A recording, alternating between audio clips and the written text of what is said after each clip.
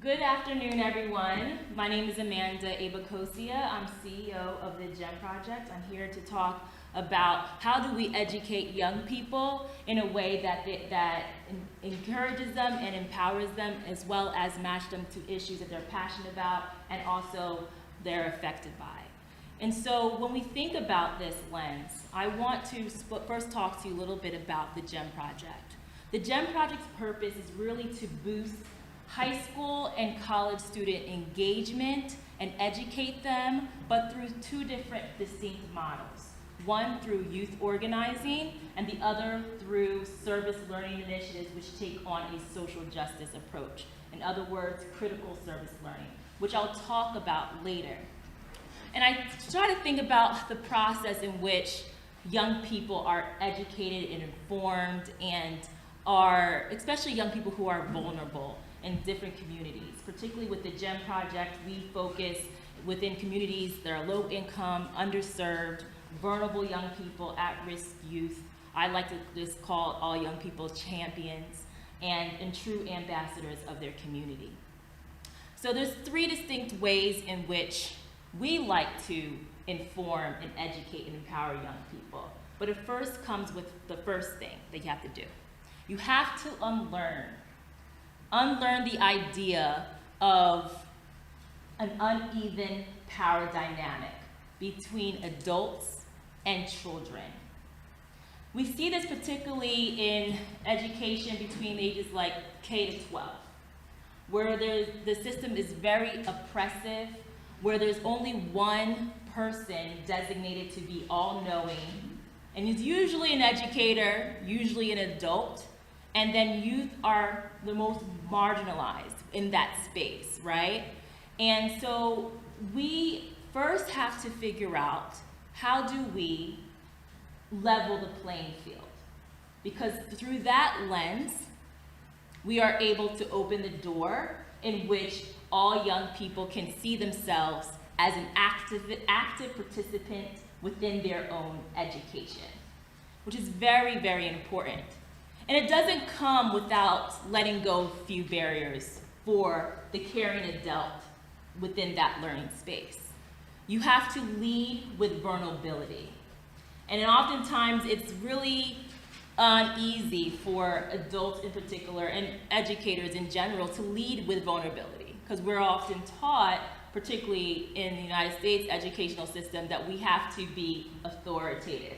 We have to be in control. We cannot show that we are human, but we expect our young people to give their full selves into this space, which is very unfair. And so that comes with basically being honest, saying, I don't know about this, but I'm convinced that you and I, within this space, can learn alongside each other and discover each other. So you have to first, within our own framework, when it comes to youth organizing or service learning with a social justice approach, which I will unpack a little bit more later, you really have to be alongside the young child or the youth who's involved in that learning spaces together. You have to shape that agenda together. You have to discover together in that lens. The second thing, particularly when it comes to engaging youth, because that's the most important, right? You can't just come into a space and expect to educate without engaging and getting young youth buy-in and investment. And it's often seen more of a cycle. I like to think of it, particularly if you want to look a little bit more in detail about this process, you can also look into the Funders Collaborative, which goes into detail. But the first process is a five-step approach. The first one is known as youth services, which is most people today are trying to veer away from, right? Because it's the idea of seeing a young child as a problem, more as someone that has a deficit, right? That you're already thinking of prescriptives, figuring out how to diagnose that person. I know more about your situation than you. And that in itself provides this space of divide that allows that young person not to fully trust that that individual that's supposed to be that caring adult role model. The second, we go into youth development, which is a little bit more better, right? Youth development has to deal with the idea that that adults approach youth in a way that they meet them where they're at. They are able to grow these emerging skills and strengthen them in a way that allows them the space to thrive. But when you get into youth leadership, which is the third stage, you're able to really allow young people to take the helm, right? They helm in certain positions and strengthen certain skills that they may not know necessarily to solve themselves within that space. And so now they're starting to be more engaged. They want to be more involved in the process. They see that you are evaluating them as a whole person, and they want to be more engaged with what they're learning. But then the fourth part is civic engagement.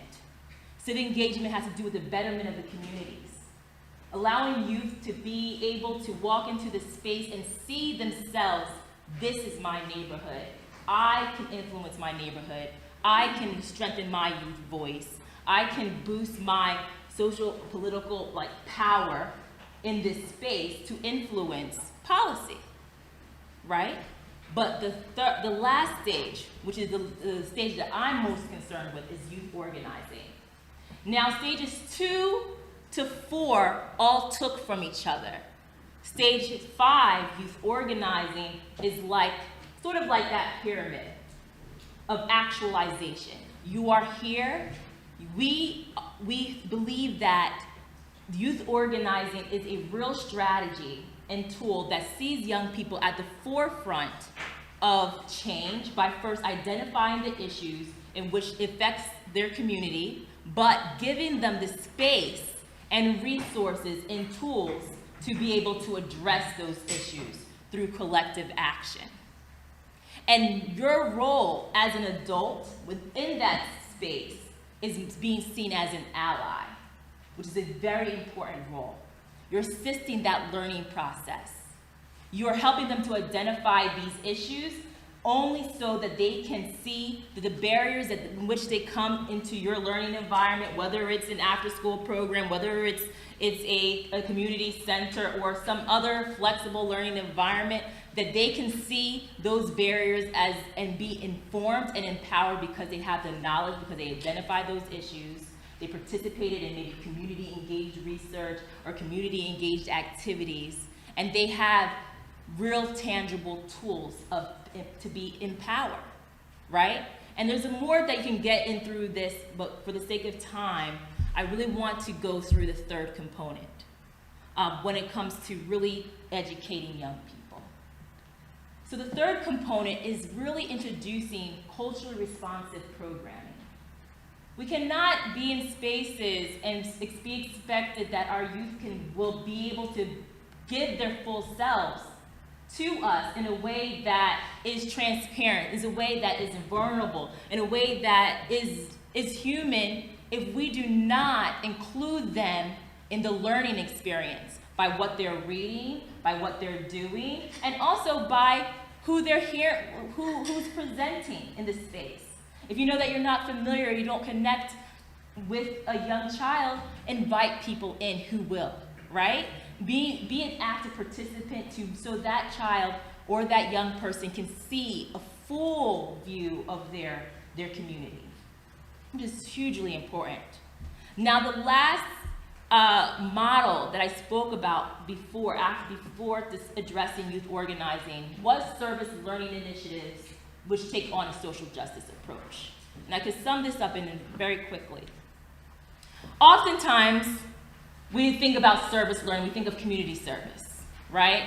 And just so that everybody has a good understanding of both, traditional service learning sees children and young people being a part of a community service component that addresses a community. It could be connected to their own, it may, but it also includes a learning component, whether that's through a workshop or classroom that allows them to connect and draw applications through what they're experiencing. And the idea with this is that this young person is going to develop leadership skills, which they do, but it does not delve deep.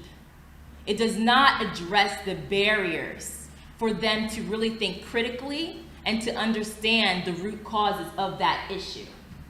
By incorporating traditional service learning in a framework that also addresses racial issues, oppression, systems, and other everyday barriers that that young child goes through every single day, you create more of a meaningful experience, and you also create a culture within a learning space and environment that provides equal buy-in and support, and also investment in that process.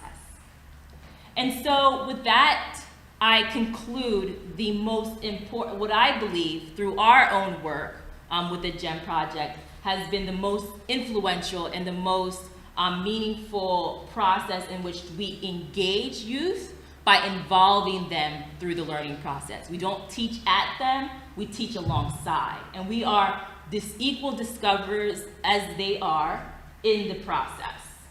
Thank you.